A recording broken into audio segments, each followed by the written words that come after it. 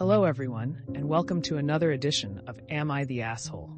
If you enjoy hearing Reddit stories, it would be a huge help to the channel if you could like or subscribe. Now let's dive straight into our first story. Am I the asshole for not allowing my husband's friend to bring her dog to Thanksgiving dinner? My husband asked if we could host Thanksgiving this year.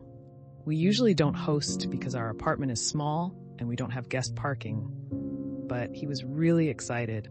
We used to host events at our old place, and it was fun. Most of our guests are friends, and everyone agreed to bring a dish. One of his friends, let's call her Chelsea, volunteered to make the turkey. On Thanksgiving Day, one of his other friends asked if she could bring her cat.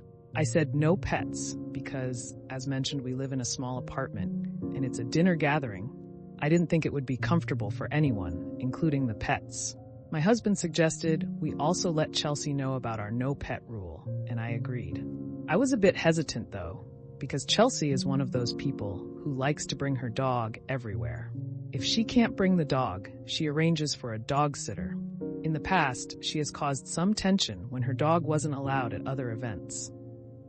I told my husband to text her to check if she was planning on bringing her dog, as I didn't think it would be a good idea.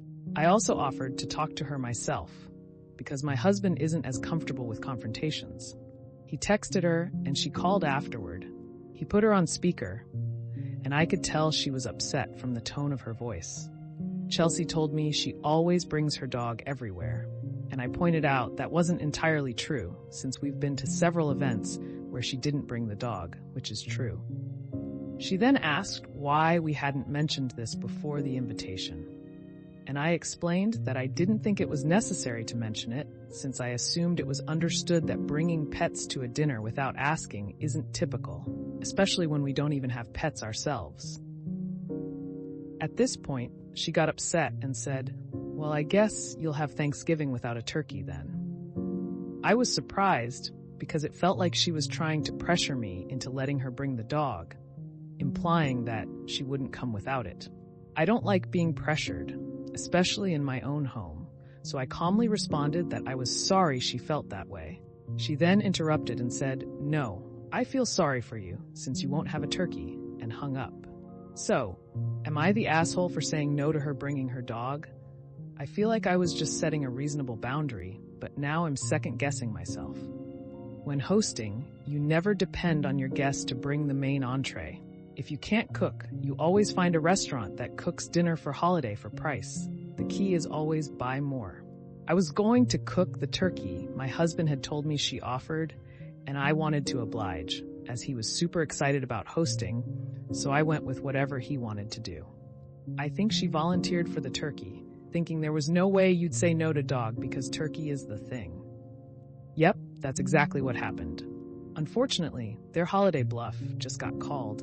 Now, any chance of bringing the dog in the future is soured by an ultimatum that's no longer on the table. And just like that, no turkey for Thanksgiving, no dogs allowed for future events. Not the asshole. But what is with your friends? One of them wanted to bring their cat? They seriously wanted to wrangle their cat into a carrier and transport it to a strange environment for a single afternoon evening? Chelsea's dog really can't be alone for a few hours? Has everyone gone insane? Not the asshole. You set a boundary about your own home. Dog owners who assume their dogs are welcome everywhere are assholes, no matter how many people or businesses accommodate them. Dogs were commonly left at home for centuries and did just fine. There's absolutely no reason dogs can't be left at home for the length of a social event these days. And if this happens to not be true about some individual dog, it's still not everyone else's obligation to accept that dog in any and every space. Am I the asshole for not allowing my neighbors to use my extra parking spot and telling them to get lost? I have 2 parking spots that belong to my unit. I often have family friends come over a lot, so it was easier to pay the extra for an additional spot than having them park blocks away and walk all the way to my condo. For clarification, I already have 1 spot by default. I pay for an additional one.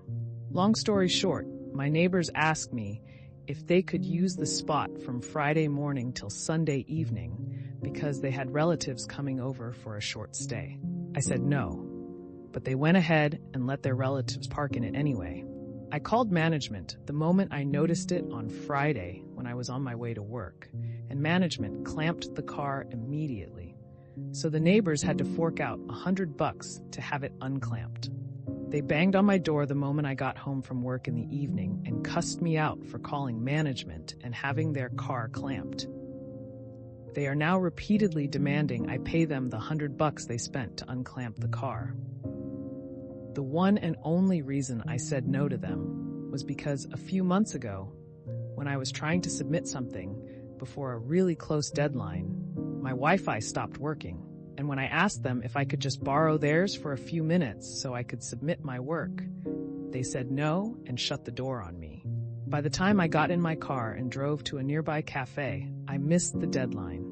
They just knocked on my door again today to bring it up again, and I told them to F off and get lost during our heated argument, which has made them even angrier.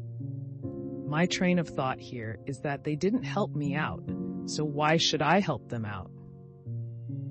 They're even more upset because other neighbors have used my additional parking spot before, with my permission, so they don't understand why they weren't given the same treatment. My friends think I should apologize here and try to diffuse the situation as to not escalate the issue any further and cause more tension. Am I the asshole here for being petty in the first place, as well as telling them to F off? Should I apologize? Not the asshole, but you should tell them why they can't use the spot. It will keep them from asking again. I did. It was the very first thing I told them when they asked me initially. They tried backpedaling and giving me some excuse about worrying I might leech off their Wi-Fi. I told them that given they weren't comfortable sharing their Wi-Fi with me, as I might use it when I wasn't permitted to, I felt the exact same way about them using my spot, as they might make a habit of using it whenever they wanted to. They ignored that completely anyway, LMAO. I mean, they easily could have changed the password the next day if that was their concern. Definitely not the asshole. That's exactly what I thought. You can change the password on your phone through an app these days. It would have taken 2 minutes max if that was really their genuine concern. Not the asshole. My experience is that once you are kind to someone and let them use your car park once, they start feeling entitled to it and use it whenever they feel like it and forget to ask you. If you aren't careful, you wind up having to ask others when you need to use your own damn car park. Start out as you mean to continue. Don't let them use the car park. You did the right thing by reporting them, because now they know you won't tolerate them taking advantage of you. They're low-key doing me a favor by complaining to all the other neighbors about how I called management on them. At least the other neighbors won't try stealing it without asking too. Well, that's another episode of Am I the Asshole in the books. I really appreciate all of you who made it this far into the video. Of course, if you enjoyed this video, it would really help the channel out a lot if you gave the video a thumbs up, subscribe, or leave a comment down below. I hope that you enjoyed it, and I'll see you next time.